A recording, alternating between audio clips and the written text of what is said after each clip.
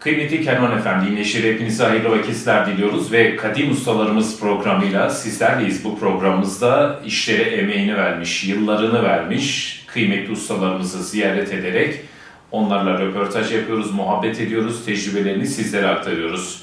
Bu hafta programımızda bakırcı ustalarından bahsedeceğiz. Kıymetli bakırcı ustalarımız da inşallah meslekleri hakkında konuşacağız, tecrübelerinden istifade edeceğiz. Hamas'tan işgalciye uyarı mesajı. İslami Direniş Hareketi Hamas, esir takasının ertelenmesi işgalci güçlere yönelik bir uyarı mesajıdır ve anlaşma maddelerine tam uyulmasını sağlamak için bir baskı unsurudur, dedi. İsrail verdiği sözü tutmuyor.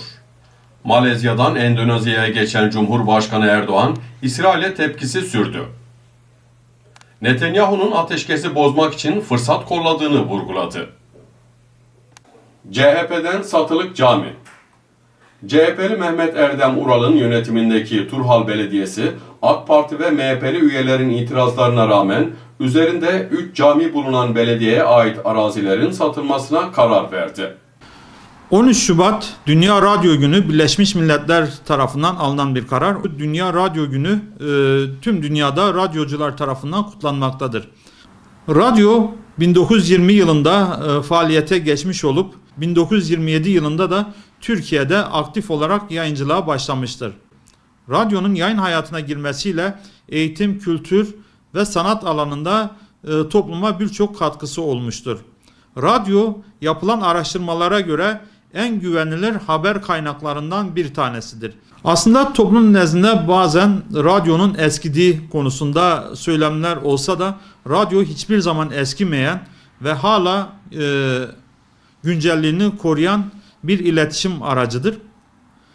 Teknolojinin gelişmesiyle her ne kadar evlerden radyo uzaklaşmış olsa da aslında birçok teknolojik aletle kişilere ulaşma konusunda başarı sağlamıştır.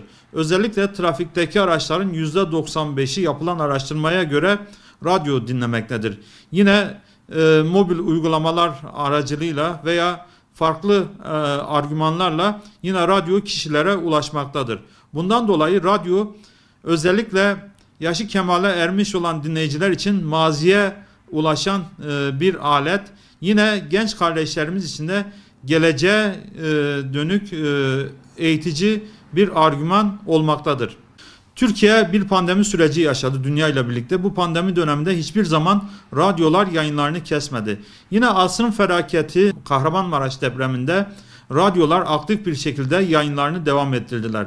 Tabii günümüz şartlarında ekonomik olarak radyoların ayakta durması zorlaştı. Radyoların en büyük sorunu telif sorunu. Müzik şirketleri tarafından büyük bütçelerde telif paraları ödeniyor. Bu radyoları büyük bir sıkıntıya sokuyor.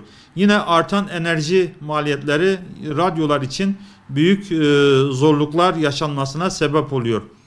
Aynı zamanda radyolara yerel yönetimler tarafından destek verilmiyor. Radyolar kendi çabalarıyla ayakta durmaya çalışıyorlar. Daha önce radyoların en büyük gelirleri reklam gelirleriydi. Maalesef sosyal medyanın gelişmesiyle de reklam gelirlerinde büyük düşüşler oldu. Ve bu açıdan radyoların ayakta durması zorlaştı. Radyoların ayakta durabilmesi için yerel yönetimlerin radyoya destek vermesi gerekiyor.